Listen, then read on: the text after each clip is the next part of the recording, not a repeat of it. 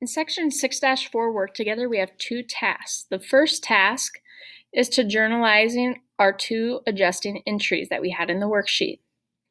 So you can see here that we had two adjusting entries to supplies and prepaid insurance with debits and credits accordingly. Our second task will be to post those journal entries. So for April 30th, our first adjusting entry was a debit to supplies expense. This is coming straight from the worksheet. A debit to supplies expense for $153 and a credit to supplies for $153. So we're going to transfer those adjustments exactly as they are in the journal into our adjusting entries. We don't have a document number for these because they're coming from our worksheet. So it's okay to leave that blank. So that is our journal entry for our supplies adjustment. Now we're going to do the same thing also on the last day of the month, the 30th of April. We have our insurance expense. We need to go up here into our worksheet. Our insurance expense was a debit of $125. And then we credited prepaid insurance that same amount, $125. So those are two adjustments that came from our worksheet, and we put them in journalized form. Our next step is to post those same adjusting entries. So we have our adjusting entries here, supplies expense, supplies, insurance expense, and prepaid insurance, and we need to post those in the general ledger.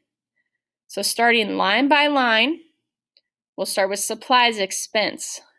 So supplies expense was a debit of $153. Go through the same 5 steps we do for posting every single time. The date, step 1, April 30th.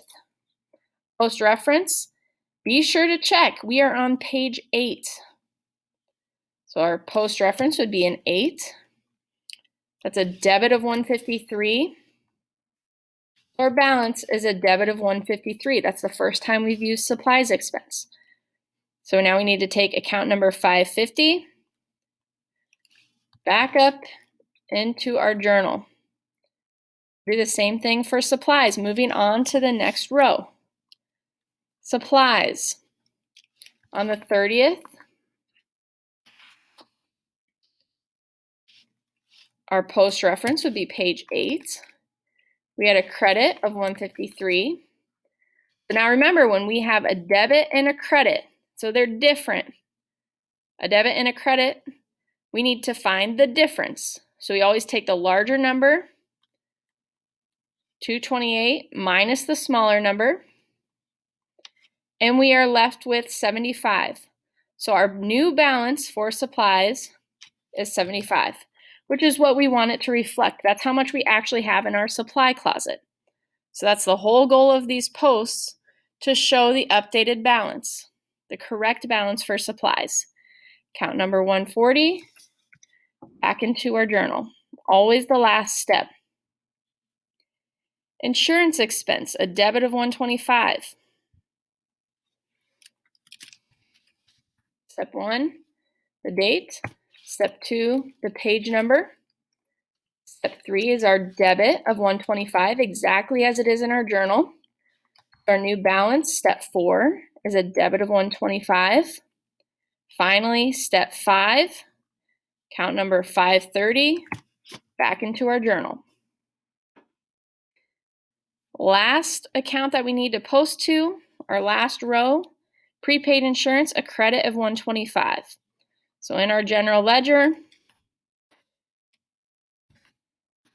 we put our credit of $125. Now again, we have a debit and a credit. They are different, so we find the difference. So our larger number, 375, minus 125. Our new balance for prepaid insurance is a debit of $250, which is exactly what we want it to show. We put our account balance, our account number, back up into our journal. 150. And that is section 6-4.